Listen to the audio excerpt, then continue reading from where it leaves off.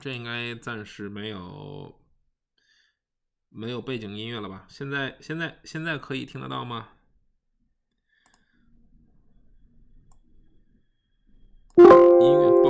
音乐保善。其实我这边声音倒没有特别大，我估计可能是，但是我现在把音乐已经静音了，不知道现在各位能不能听到，声音有点小。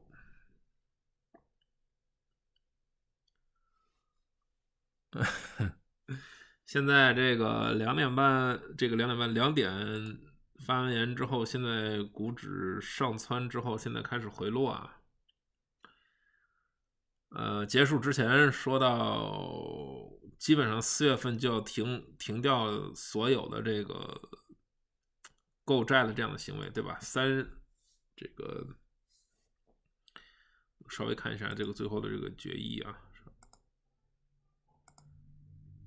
300亿的这个 double 缩减这个 taper， 那么也就是说到3月份就应该结束，算上11月和12月已经发生了，那么300亿的话3月份就应该结束了。结束之后，如果4月份空1个月出来之后，5月份开始加息，1年加3次，然后2023年应该仍然加3次，或者甚至可能会延续到2024年。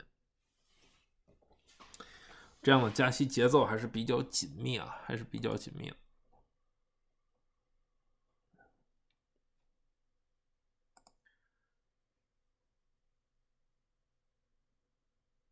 支线往上有几次是真的是吧？对，这个鲍总确实是一个 but 就跳水，但是咱们先等一下，因为什么呢？现在的拉升呢，也是说市场自己简单的解读，也没有鲍威尔给出的更进一步的这个解释，同时呢，也没有给出这个如果说2022年加息3次更进一步的这个加息点是什么，对吧？所以这个还是说拭目以待，不要特别的着急。还有最后的这么1-2分钟呢，这个大哥就要出来讲话，拭目以待吧，关注着这个更进一步的这一些细节。咱们在这个鲍威尔讲话的时候啊，还是把更多的时间呢放在这个听鲍威尔的讲话上面啊，咱们这个还是要给大家足够多的这个空间去听鲍威尔的讲话，去这个理解他说的内容。更多的聊天呢，咱们还是说在这个文字上面，在这文字里面去跟大家进行这个解读。如果有非常重要的这个新闻，或者在这个讲话中有非常重要的这个值得去说的东西，我可能就会稍微用这个语音的方式跟各位这个播报一下。但是咱们更多的为了不打扰朋友们去看鲍威尔这个讲话，更多的时候咱们还是在一边看了一边用文字去进行沟通啊。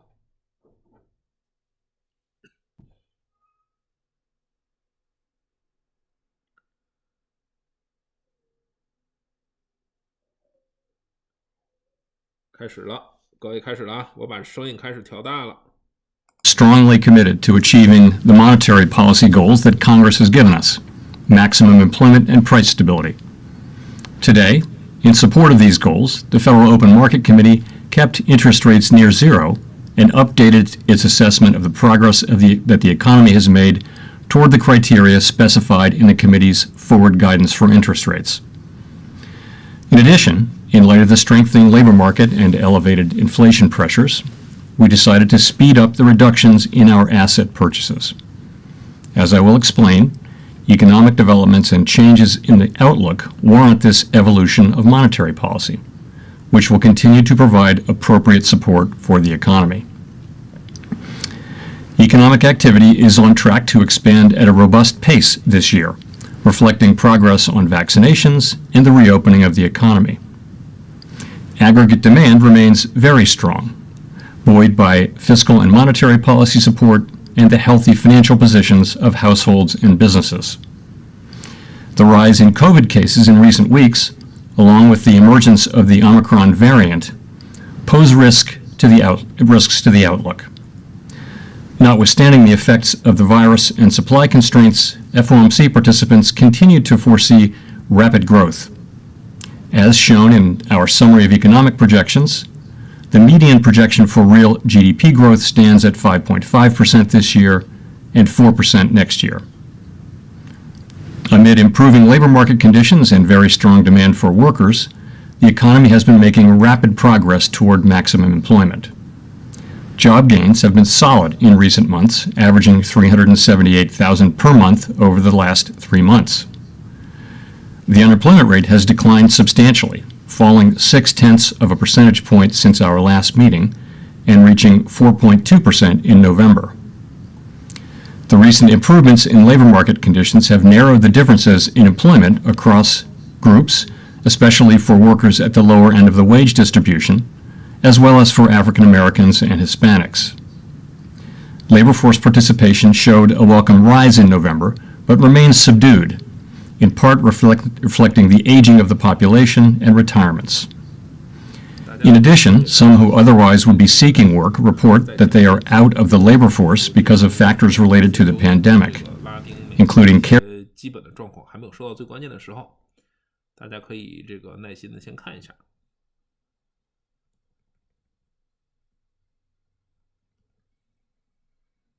Years.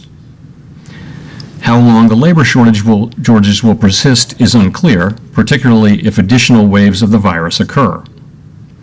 Looking ahead, FOMC participants project the labor market to continue to improve, with the median projection for the unemployment rate declining to 3.5% by the end of the year. Compared with the projections made in September, participants have revised their unemployment rate projections noticeably lower for this year and next. Supply and demand imbalances related to the pandemic and the reopening of the economy have continued to contribute to elevated levels of inflation. In particular, bottlenecks and supply constraints are limiting how quickly production can respond to higher demand in the near term. These problems have been larger and longer lasting than anticipated, exacerbated by waves of the virus. As a result, overall inflation is running well above our 2% longer run goal and will likely continue to do so well into next year. While the drivers of higher inflation have been predominantly connected to the dislocations caused by the pandemic, price increases have now spread to a broader range of goods and services. Wages have also risen briskly, but thus far, wage growth has not been a major contributor to the elevated levels of inflation. We are attentive to the risks that persistent real wage growth in excess of productivity could put to upward pressure on inflation. Like most forecasters, we continue to expect inflation to decline to levels closer to our 2% longer run goal by the end of next year. The median inflation projection of FOMC participants falls from 5.3% this year to 2.6% next year. This trajectory is notably higher than projected in September. We understand that high inflation imposes significant hardship, especially on those least able to meet the higher costs of essentials, like food, housing, and transportation. We are committed to our price stability goal. We will use our tools both to support the economy and a strong labor market, and to prevent higher inflation from becoming entrenched. We will be watching carefully to see whether the economy is evolving in line with expectations. The Fed's monetary policy actions have been guided by our mandate to promote maximum employment and stable prices for the American people. In support of these goals, the committee reaffirmed the 0 to 1/4% target range for the federal funds rate. We also updated our assessment of the progress the economy has made toward the criteria specified in our forward guidance for the federal funds rate. With inflation having exceeded 2% for some time, the committee expects it will be appropriate to maintain this target range until labor market conditions have reached levels consistent with the committee's assessments of maximum employment. All FOMC participants forecast that this remaining test will be met next year. The median projection for the appropriate level of the federal funds rate is 0.9% at the end of 2022, about a half percentage point higher than projected in September. Participants expect a gradual pace of policy firming, with the level of the federal funds rate generally near estimates of its longer-run level by the end of 2024. Of course, these projections do not represent a committee decision or plan, and no one knows with any certainty where the economy will be a year or more from now. At today's meeting, the committee also decided to double the pace of reductions in its asset purchases. Beginning in mid-January, we will reduce the monthly pace of our net asset purchases by $20 billion for Treasury securities and $10 billion for agency mortgage-backed securities. If the economy evolves broadly as expected, similar reductions in the pace of net asset purchases will likely be appropriate each month, implying that increases in our securities holdings would cease by mid-March, a few months sooner than we anticipated in early November. We are phasing out our purchases more rapidly because with elevated inflation pressures and a rapidly strengthening labor market, the economy no longer needs increasing amounts of policy support. In addition, a quicker conclusion of our asset purchases will better position policy to address the full range of plausible economic outcomes. We remain prepared to adjust the pace of purchases if warranted by changes in the economic outlook. And even after our balance sheet stops expanding, our holdings of securities will continue to foster accommodative financial conditions. To conclude, we understand that our actions affect communities, families, and businesses across the country. Everything we do is in service to our public mission. We at the Fed will do everything we can to complete the recovery in employment and achieve our price stability goal. Thank you. I look forward to your questions. Thank you, Mr. Chair. We'll go to Rachel from the Washington Post. Thank you very much, Michelle, and thank you, Chair Powell, for taking our questions. The latest FOMC materials say that the FOMC thinks it will be appropriate to keep rates near zero until labor market conditions reach levels consistent with maximum employment, and there are also 3 rate hikes penciled in the projections for next year. In order to set up those hikes, what will maximum employment have to look like? When will you know that that threshold has been met, and how will that be communicated? Thank you. So maximum employment, if you look at our statement of longer run goals and monetary policy strategy, maximum employment is something that we look at a broad range of indicators. And those would include, of course, things like the unemployment rate, the labor force participation rate, job openings, wages, flows in and out of the labor force and various parts of the labor force. We'd also tend to look broadly and inclusively at different demographic groups and not just at the headline and aggregate numbers. So that's a judgment for the committee to make. The committee will make a judgment that we've achieved labor market conditions consistent with maximum employment. When it makes that, it is admittedly a judgment call because it's a range of factors. Unlike inflation, where we have one number that sort of dominates, it's a broad range of things. So as I mentioned in my opening remarks, in my view, we are making rapid progress toward maximum employment, and you see that of course, in some of the factors that I mentioned. Great, thank you. Steve at CNBC. Thank you, Mr. Chairman. My question is, if it's often said that monetary policy has long and variable lags, how does continuing to buy assets now, even though it's at a slower pace, address the current inflation problem? Won't the impact of today's changes not really have any impact for 6 months or a year down the road on the current inflation problem? And aren't you actually lengthening that time by continuing to buy assets such that it could be not until the long and variable lag after you end purchases sometime in March that you'll start to have any impact on the inflation problem? So on the first part of your question, which is why not stop purchasing now, I would just say this. We've learned that in dealing with balance sheet issues, we've learned that it's best to take a careful, sort of methodical approach to make adjustments. Markets can be sensitive to it, and we thought that this was a doubling of the speed. We're basically 2 meetings away now from finishing the taper, and we thought that was the appropriate way to go. So we announced it, and that's what will happen.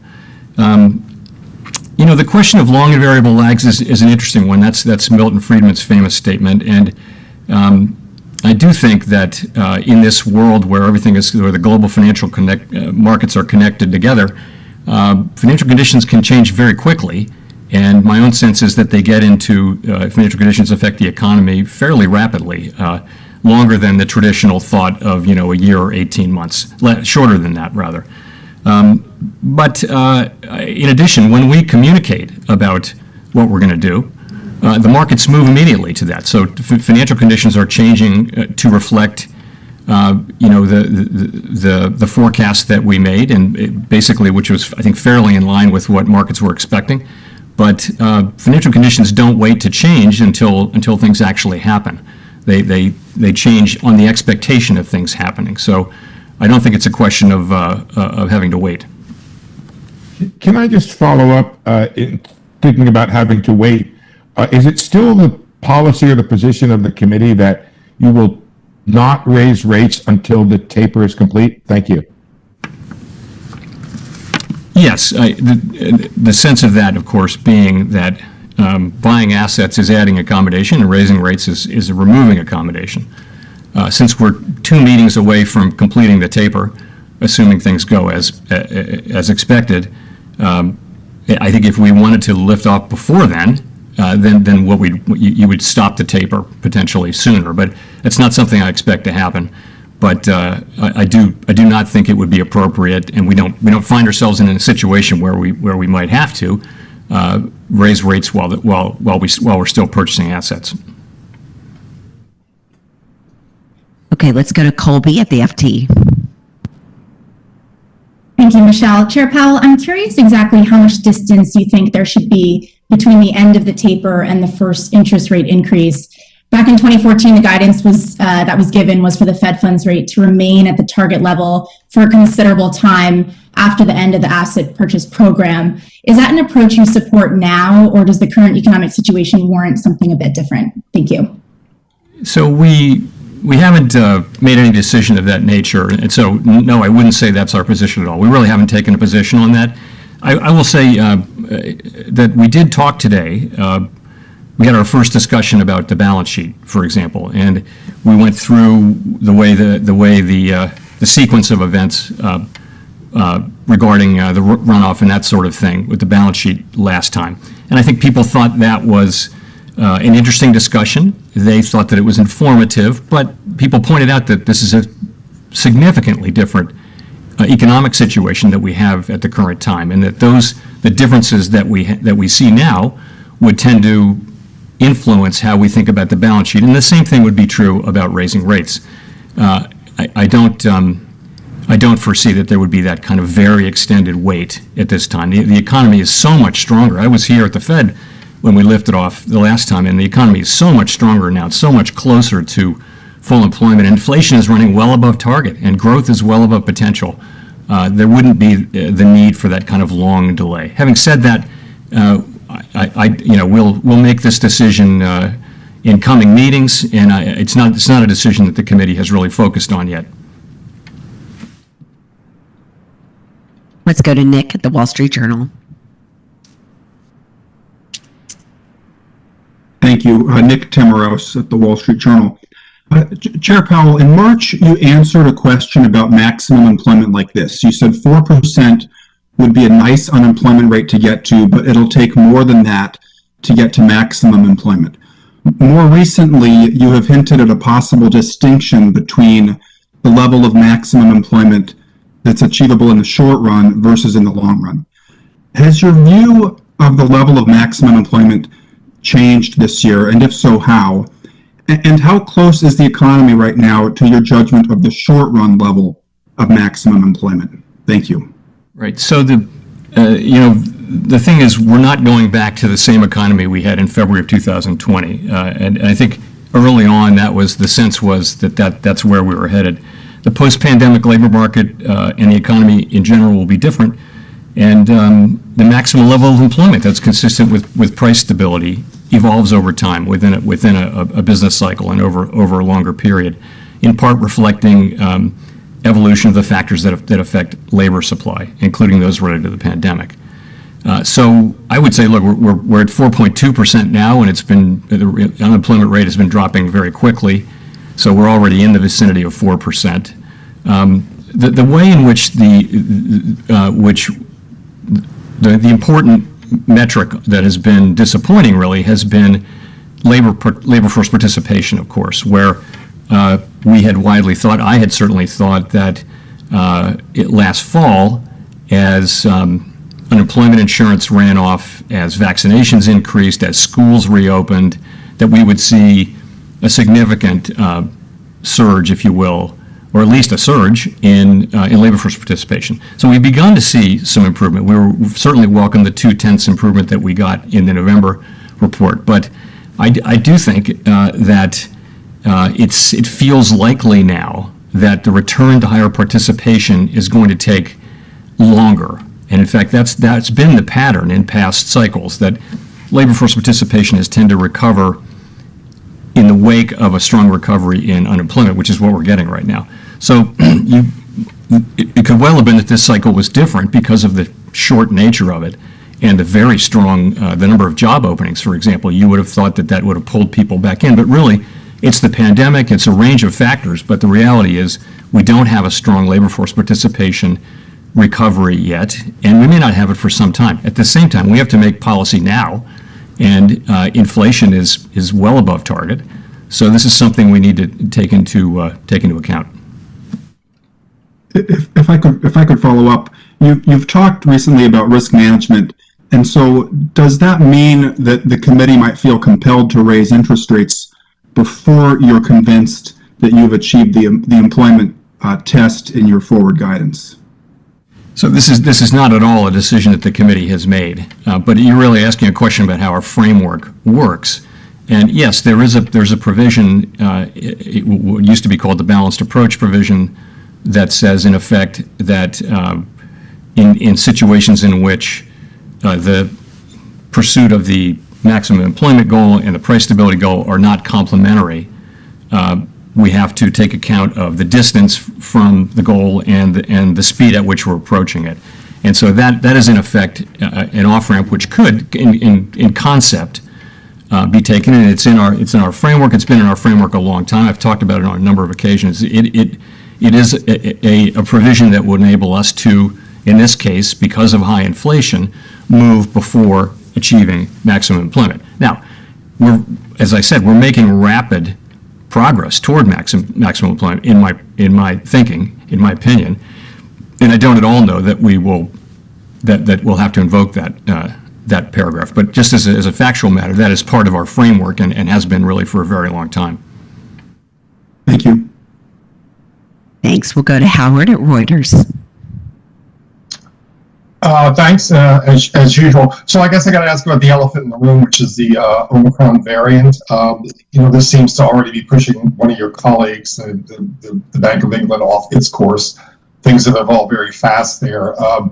Hasn't quite hit the shores of the U.S. in full force yet, but people seem to expect it to. So I'm wondering, in your feelings about this, are you convinced that this is going to be perhaps a more infectious but less serious variant of the virus, or are you simply confident that the U.S. economy can continue its divorce from the pandemic?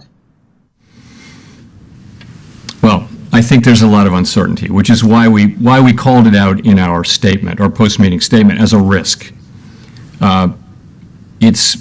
We follow the same experts, and we talk privately to the same experts that everyone else does, and read the same articles in the paper and the same research. And so you mentioned the early assessment is highly transmissible, perhaps not as severe, some continuing protection from existing vaccines and also existing immunity from having had the disease.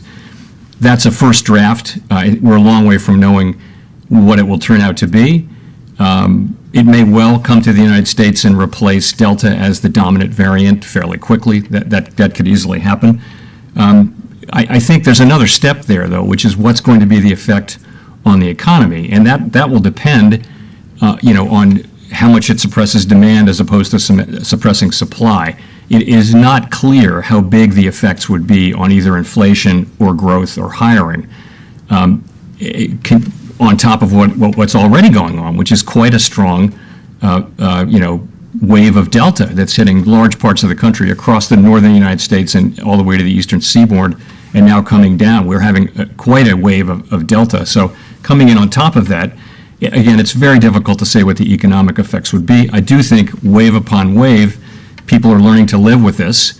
More and more people are getting vaccinated, so people who get the new variant, it affects them much less than it tends to affect in the aggregate people who are not vaccinated. So the more people get vaccinated, the less the economic effect. It doesn't mean it won't have an economic effect. Delta had an effect of slowing down hiring, and it actually it had an effect on global supply chains, and that sort of that hurt the process of the global supply chains getting worked out. So it can have an economic effect. I just think at this point we don't know much. We'll know a whole lot more in 3 weeks, and we'll know more than that in 6 weeks. But if I could follow up, you're clearly from a risk standpoint comfortable putting away one of your tools pretty soon, which sort of implies that whatever Omicron brings, you're comfortable the economy can handle it without quantitative easing. Yes. I think if you look at the state of the economy and the strength of demand, the strength of just overall demand, the strength of demand for labor, look at inflation, look at wages. I think moving forward the end of our taper by a few months is really an appropriate thing to do, and I think really Omicron doesn't really have much to do with that. Thank you. Let's go to Gina at the New York Times. Hey, Chair Powell. Thanks for taking our questions. I wonder if you could talk a little bit about what prompted your recent pivot toward greater wariness around inflation. Sure. So I guess I would go back and, it's been a continual process, really. Inflation really popped up right in the late spring last year, and we had a view. It was very, very widely held in the forecasting community that this would be temporary. It was quite narrow. A limited number of factors were causing it, and there was a decent amount of evidence to support that view that it would be temporary or transitory, as we said. Certainly, we had 5 months of declining month-on-month, monthly readings of inflation, but we didn't see much in the way of progress on labor supply or on other supply side issues. Then in September, I'd say after Labor Day, it started to become clear that this was both larger in its effect on inflation and more persistent. And of course, I said so on many occasions. And one of the consequences of that is that we moved the taper forward. And it's a much faster taper than had been planned. So we've been adapting. I've been saying we're adapting our policy. So come to your real question. We got the ECI reading on the eve of the November meeting. It was the Friday before the November meeting, and it was very high, 5.7% reading for the Employment Compensation Index for the third quarter, not annualized, for the third quarter, just before the meeting. And I thought for a second there whether we should increase our taper. Decided to go ahead with what we had socialized. Then right after that, we got the next Friday after the meeting, 2 days after the meeting, we got a very strong employment report, and revisions to prior readings, and no increase in labor supply. And the Friday after that, we got the CPI, which was a very high reading. And I honestly, at that point, really decided that I thought we needed to look at speeding up the taper, and we went to work on that. So that's really what happened. It was essentially higher inflation and faster, turns out much faster progress in the labor market. Really what's happening is the unemployment rate is seems to be catching up with a lot of the other readings of a tight labor market, 0.6 over one cycle. So that's really what happened. And, widely supported in the committee today, as you can see, unanimous vote, but beyond that, I think widely supported this move. If I could just follow up quickly, you noted that the ECI was one of the things that made you nervous, but you also said earlier that you don't see signs that wages are actually factoring into inflation yet. And I guess I wonder how you think about sort of the wage picture as you're making these assessments. Right. So what I said, you quoted me correctly. It's so far we don't see wages are not a big part of the high inflation story that we're seeing. As you look forward, let's assume that the goods economy does sort itself out, and supply chains get working again, and maybe there's a rebalancing back to services and all that kinds of thing. But what that leaves behind is the other things that can lead to persistent inflation. In particular, we don't see this yet, but if you had something where real wages were persistently above productivity growth, that puts upward pressure on firms, and they raise prices.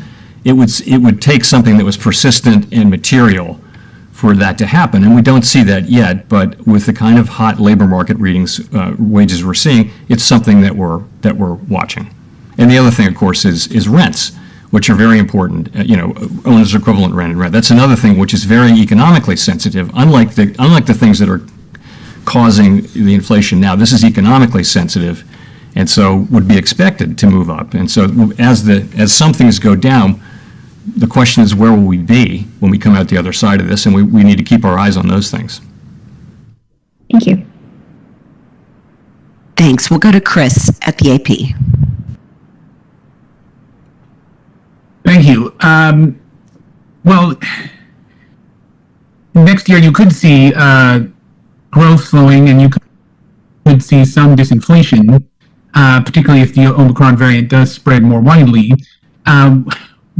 Would you delay rate hikes in that situation, and how would you think about that? And also, how would you explain rate hikes if you do follow through in that kind of situation with inflation fading and growth slowing? How would you explain rate hikes to the public, particularly those who may still be looking for work? Well, as you know, the SEP is not a plan. It's not something we debate, negotiate over, or really discuss in terms of what the right answer should be. People write down their assumptions, their assessment of appropriate policy based on their economic forecast. And so the median, what you're talking about, the 3 rate increases, that's the median of the committee. The median of the committee is also that growth will be 4%, and that unemployment will be 3.5% by the end of the year. So that's a really strong economy. And of course, if the economy turns out to be quite different from that, then so will the rate. No one will say, oh, we can't change our policy because we wrote something down in December. That no one's ever said that or will. It will. The actual rate decisions we make will depend on our evolving assessment of the forecast. So, for example, if the economy were to slow down significantly, then you would expect that would have an effect of slowing down rate increases. But we'd have to, we look at our 2 goals, maximum employment and price stability, and we make policy based on them, and not with respect to what we wrote down in a prior SEP. Thank you. Let's go to Victoria Guida at Politico. Hi, Chair Powell. I wanted to follow up on maximum employment. So, the new framework was basically designed, as I understand it, so that there was a de-emphasis on guessing where inflation would pick up because of employment. And basically, you were going to wait until you saw the whites of the eyes of inflation, and that's how you would kind of know that you reached maximum employment. So I'm wondering, you've talked a lot about the different ways that you might measure maximum employment, but from what I understand, and that's still basically the way that you know that you're there, is inflation. So is that understanding correct?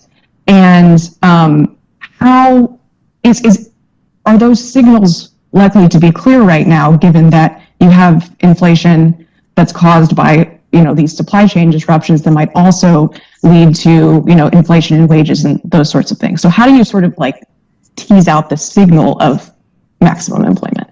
Okay, so let me start by saying that the inflation that we got was not at all the inflation we were looking for or talking about in the framework. It really was a completely different thing. It was to do with strong monetary policy and fiscal stimulus into an economy that was recovering rapidly, and in which there were these supply side barriers, which effectively led to, in certain parts of the economy, of what you might call a vertical supply curve. So, automobile purchases are very interest rate sensitive, and you would think demand would drive up the quantity of cars, but it can't because they don't have semiconductors. So that was a very different kind of inflation. This is not the inflation we were looking for under our framework at all. It's nothing to do with our framework, and the way we've approached it is really nothing to do with our framework. But come to maximum employment, which is really your question. How do you know? So I think you look at prices and quantities. If you want to look at maximum employment, you look at prices and quantities, and the main price you look at is wages. It's one of the things you look at. And,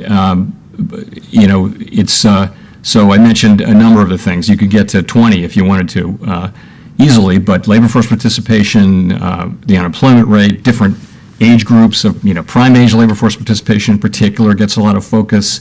The JOLTS data get a lot of focus. And wages, that's really one of the great signals. The quits rate is another one.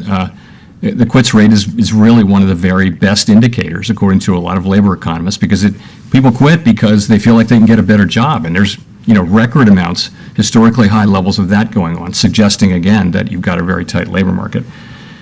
So on wages, that's the price indicator we look at to tell us, along with all the other data, whether we have labor market conditions that are consistent with maximum employment.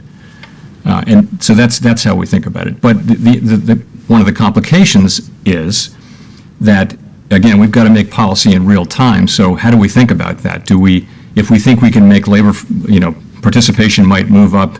Let's say we knew that it would start to move up in 2 years, would we wait 2 years when inflation is running way above target? Probably not. So you have to make an assessment that what is the level of maximum employment that is consistent with price stability in real time is one way to think about it.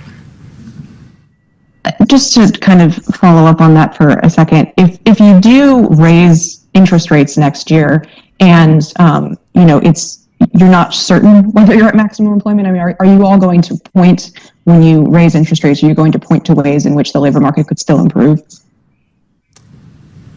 Yes, I mean, I absolutely. I think, well, whether or not we say we're at conditions, labor market conditions consistent with maximum employment next year, we would all be open and I think expect over time that the level of maximum employment that's consistent with price stability would increase further over time. For example, through increasing participation. So we would certainly, we would not in any way want to foreclose the idea that the labor market can get even better. But again, with inflation as high as it is, we have to make policy in real time. We've got to make that assessment in real time. Thank you. We'll go to Olivia from Bloomberg. Thank you. Good afternoon, Chair Powell, and thank you for taking our questions. I wanted to follow up on some of your earlier comments about labor force participation. And I wondered, what do you think needs to change in the economy to kind of get a meaningful recovery in labor force participation? And also whether running the economy hot, like in the last expansion, is one way of doing that. Well, the labor market is, by so many measures, hotter than it ever ran in the last expansion. If you think about it, the ratio of job openings, for example, to vacancies is at all-time highs. Quits, the wages, all those things are even hotter. But what would it take for labor force participation to move up more? That really, why is it low is the question. So there are a bunch of answers, and all of them probably have some validity. Part of it will be that people, for certain people, they don't want to go back in the labor force because either they're medically vulnerable or they're not comfortable going back while COVID is still everywhere. That's one thing. The lack of availability of childcare made for caretakers is certainly part of it, not just for children, but for older people. It has been pointed out by many that the stock market is high, people's portfolios are stronger. They may go back to being a one-income rather than a two-income family. The same thing with people's houses. People they have a mortgage, and with leverage, and the house price increases, the equity they have in their home might have doubled, and they might reach the same conclusion. So and people have savings on their balance sheet because of forced savings, because they couldn't spend on travel and things like that, and also because of government transfers. So for all of those reasons, and it's hard to know exactly the part each of them plays, we have a situation where we've had a shock to labor force participation that is not unwinding as quickly as many has expected, and people, in effect, a good part of it is voluntary. People, and this is how they want to maximize their welfare, and that's certainly their choice. In other cases, it's something that will abate very quickly if and when the pandemic gets under control. And the longer the pandemic goes on, maybe the less likely that people will come back because they're, they get used to their new life and they lose contact with their old jobs. That's what the evidence would say. So it's a range of things. It isn't that the economy lacks stimulus. Usually in every other expansion, it's that there aren't enough jobs and people can't find jobs, and we're stimulating demand and trying to get demand to come up. That's not the problem here. The problem is a supply side problem, which what it would take to work it out, I think it's going to be time. And the number one thing it would really be to have the pandemic get under control. That's what everyone would really like to see. What does the labor market look like in a world without COVID? That would be the thing that we'd really like to see. But it doesn't look like that's coming anytime soon. And just to quickly follow up on that, if some of the reason that labor force participation isn't back to, February 2020 levels because people are voluntarily making life decisions that are different, does that make you think we're going to end up at a lower rate overall? Well, there's a demographic trend underlying all of this. And we actually got above the demographic trend at the end of the last expansion. So one would expect over time that labor force participation would move down because an aging population, the older people are, the lower their participation rate is. So you would expect that the trend would be lower and that over time participation would move down. The question of how much we can get back up closer to where we were in February of 2020, and indeed for the year or so before that, is a good one. And but what we can do is try to create the conditions. There's a lot of good for society when you have a tight but stable labor market where people are coming in, they're getting in the labor force, they're getting paid well. In a labor market we had before, we had the biggest wage increases were going to people at the bottom end of the wage spectrum for the last couple of years. There were just a lot of really desirable aspects of a labor market like that. Higher participation is one of them, and we'd love to get back there. But again, ultimately, we have the tools that we have, which are essentially to stimulate demand and also to control inflation. Really, it might be one of the two big threats to getting back to maximum employment is actually high inflation. Because to get back to where we were, the evidence grows that it's going to take some time. And what we need is another long expansion like the ones we've been having over the last 40 years. We've had, I think, 3 of the 4 longest in our recorded history, including the last one, which was the longest in our recorded history.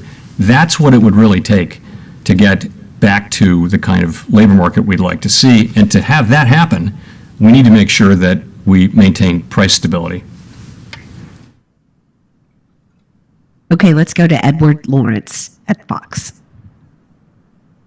Thanks, Michelle, and thanks for taking the question, Chair Powell. So I was looking at the census data for estimate monthly changes on sales, and what you're seeing is fewer people spending at restaurants and drinking places, more people spending at grocery stores. You see electronic sales down 4.6% month over month. Also, department store sales down 5.4% month over month. How concerned, or what is your level of concern the consumer may be turning away from this economy or pulling back because of inflation, the virus, or something else? Thank you.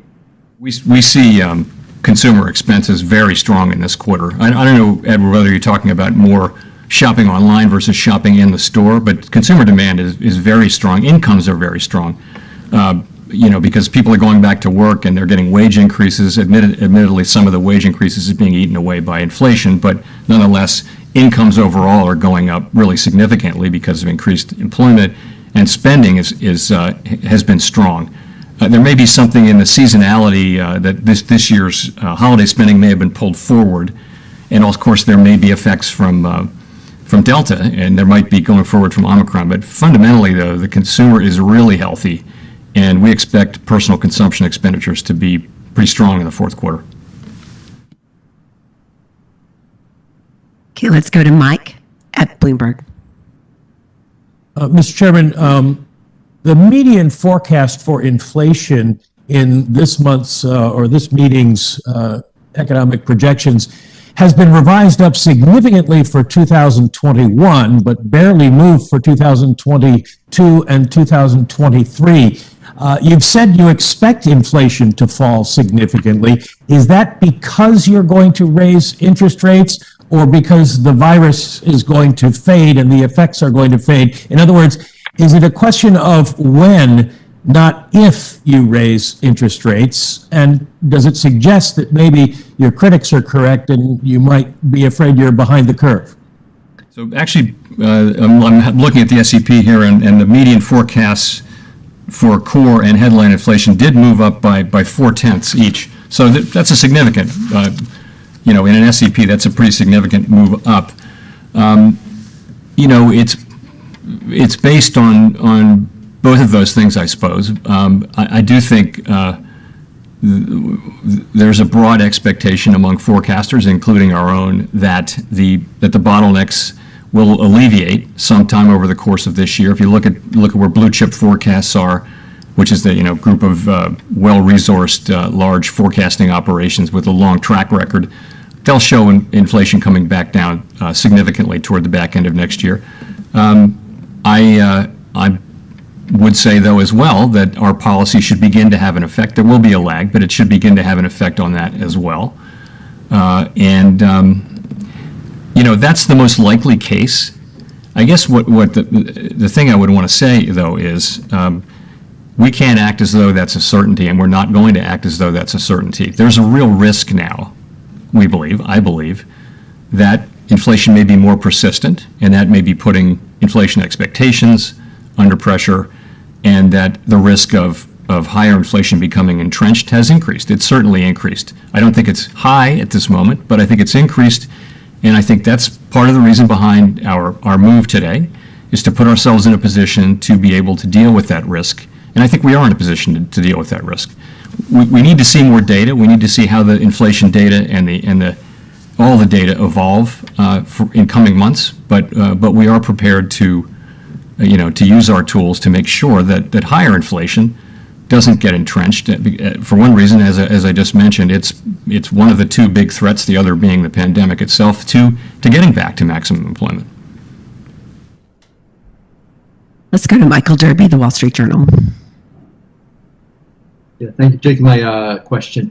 So as the Fed shifts towards an accelerated taper, I wonder what your read is on financial stability risks right now. I mean, these periods can be, it seems like the taper process has gone fairly smooth so far, but, what do you see in terms of stability risks? Are there any parts of the financial sector that concern you right now?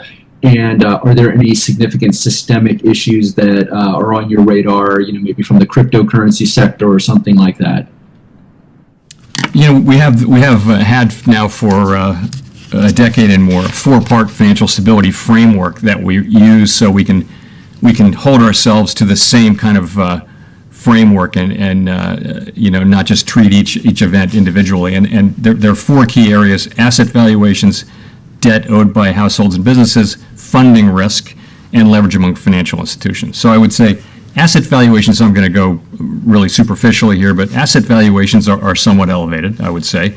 Debt owed by businesses, and households. Households are in very strong financial shape. Businesses actually have a lot of debt, but their default rates are very, very low. But nonetheless, it's something we're watching. Funding risk is by and large low among financial institutions, but we do see money market funds as a vulnerability, and would applaud the SEC's action this week. Leverage among financial institutions is low in the sense that capital is high. So overall, financial stability, that's how I would make an overall characteristic, but we break it down into those pieces. In terms of the things that we're looking at. It's the things we've already talked about to some extent. It's the emergence of a new variant that could lead to significant economic. If there were to be a variant, for example, that were quite resistant to vaccines, it could have another significant effect on the economy. We don't see that. We don't have any basis for thinking that the new variant that we have is that one, but it's certainly one we're looking at. I would say, cyber risk, the risk of a successful cyber attack is, for me, always the most, one that we would be very difficult to deal with. I think we know how to deal with bad loans and things like that. I think more a cyber attack that were to take down a major financial institution or financial market utility would be a really significant financial stability risk that we haven't actually faced yet. So I could go on with a list of horribles, but I think that's a decent picture of where I would start. How about the cryptocurrency issues? Anything that worries you there that's going on in there in terms of, it's obviously a lot's happening in that sector. Is that concern you at all? I think the concerns there are not so much current financial stability concerns. I, of course, would support the views expressed in the President's Working Group report on stablecoins. Stablecoins can certainly be a useful, efficient, consumer-serving part of the financial system if they're properly regulated, and right now they aren't, and they have the potential to scale, particularly if they were to be associated with one of the very large tech networks that exist, and you could have a payment network that was immediately systemically important, close to immediately systemically important, that didn't have appropriate regulation and protections. The public relies on the government and the Fed in particular to make sure that the payment system is safe and reliable, as well as the dollar, and to provide a safe and reliable, trusted currency. So, but I do think those are longer term. In terms of the more the cryptocurrencies, that are really speculative assets, I don't see them as a financial stability concern at the moment. I do think they are risky. They're not backed by anything, and I think there's big consumer issues for consumers who may or may not understand what they're getting, and there's certainly developments in the markets that are worth following, which are really not in our jurisdiction, but things like the kind of leverage that's built into them and those sorts of things is certainly worth watching. Let's go to Nancy Marshall-Genzer at Marketplace. Chair Powell. Hi, Chair Powell. Thanks for the question. Going back to inflation, is the Fed behind the curve on getting inflation under control? So I would say this. I actually think we are well positioned to deal with what's coming, with the range of plausible outcomes that can come. I do, and I think if you look at how we got here, I do think we've been adapting to the incoming data really all the way along, and noticing and calling out that if both the effects and the persistence of inflation, of bottlenecks and labor shortages and things like that. So we've been calling out the fact that those were becoming longer and more persistent. 好了，这个咱们的直播就看到这里啊。最基本的这个风险应该已经解决了，或者说最重要的问题应该已经就回答完了。这个剩下的一些问题咱们就不继续听了，为了这个更好的为了更好的使用我们的时间啊，因为该交易的交易现在还有40分钟还在市场的这个开放的过程中。这个另外稍微花1-2分钟时间说一说我听下来的感觉啊。鲍威尔还是原来的鲍威尔啊，这个你哥还是你哥，对吧？这个你鲍总还是你鲍总。这个在调整了经济政策之后，还是延续了之前相对来说比较稳健，相对来说比较 considerate 的这样的这种说话的方式，给大家一个结果，同样给大家更多的在这个结果背后的这个原因。那么很简单了，现在呢3月份如果这个加上11月份开始的这个11月份和12月份已经过去的这个300个 billion， 剩下的900个 billion 将会在3个月之内1、2、3的结束。3月份之后是不是比较关键的一个问题？今天是3月份之后是不是马上就要开始加息？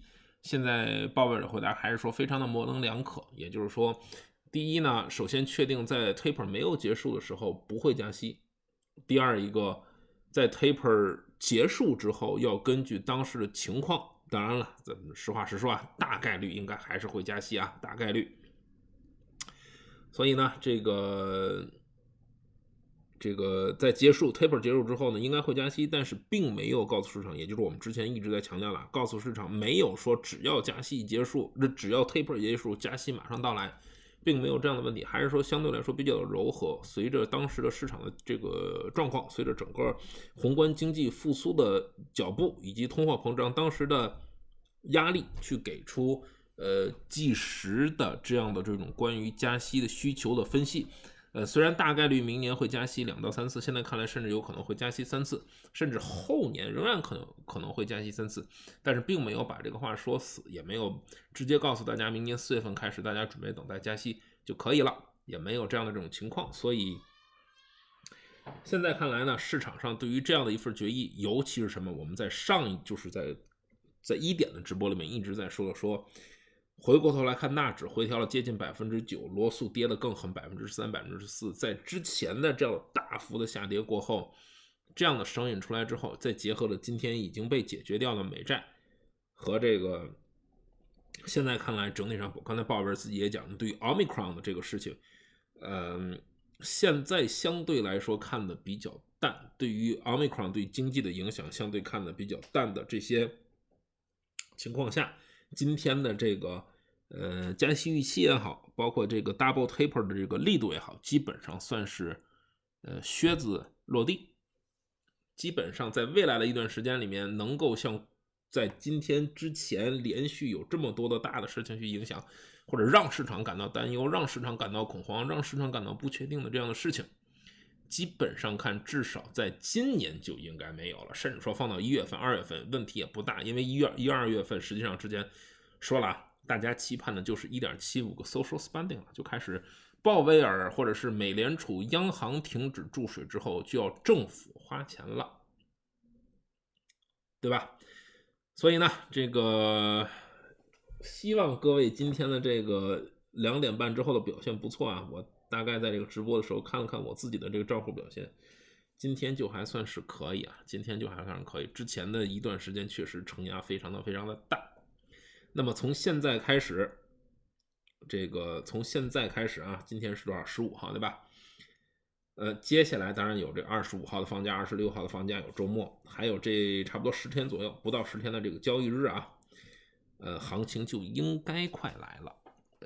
不是说应该快来了，就是应该来了，咱们把话这个说的可以稍微直接一点，应该就来了。当然呢，唯一的一个需要考虑的就是你周五的时候还要看一看4、5日，但是这个4、5日啊，还是一再说，当天的行为对于市场的情绪影响没有特别大的这个决定性的作用，只是当天这个成交一结束，那么接下来还会继续会延续圣诞行情，不是说在圣诞行情里面或者 Santa Rally 里面每一天都会上涨，但是最近这一段时间的趋势就应该是不错的，这是第一。另外一个，之前喊了这么长时间的让大家拿着资金留好子弹准备买，那么现在你之前想买什么或者是看好了哪些股票，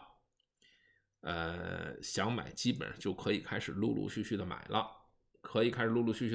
尤其是什么呢？尤其是说不是说让那些让你常吃的，只是说你想短期有一个炒作，甚至说在2021年底或者是2022年初就短线离场的，那么把握这一轮股指回调10几这样的这种幅度，现在就可以了，正式可以跟各位说呢，系统性的这种大风险目前看来就是被清除掉了。咱们说的不确定因素，美债已经确定了， Omicron 反正也就是 leave on it， 美联储的这个事情呢，今天也讲了，尘埃落定，加不加息？加息是肯定的，但是会不会那么 aggressive， 或者说是 taper 结束之后马上加？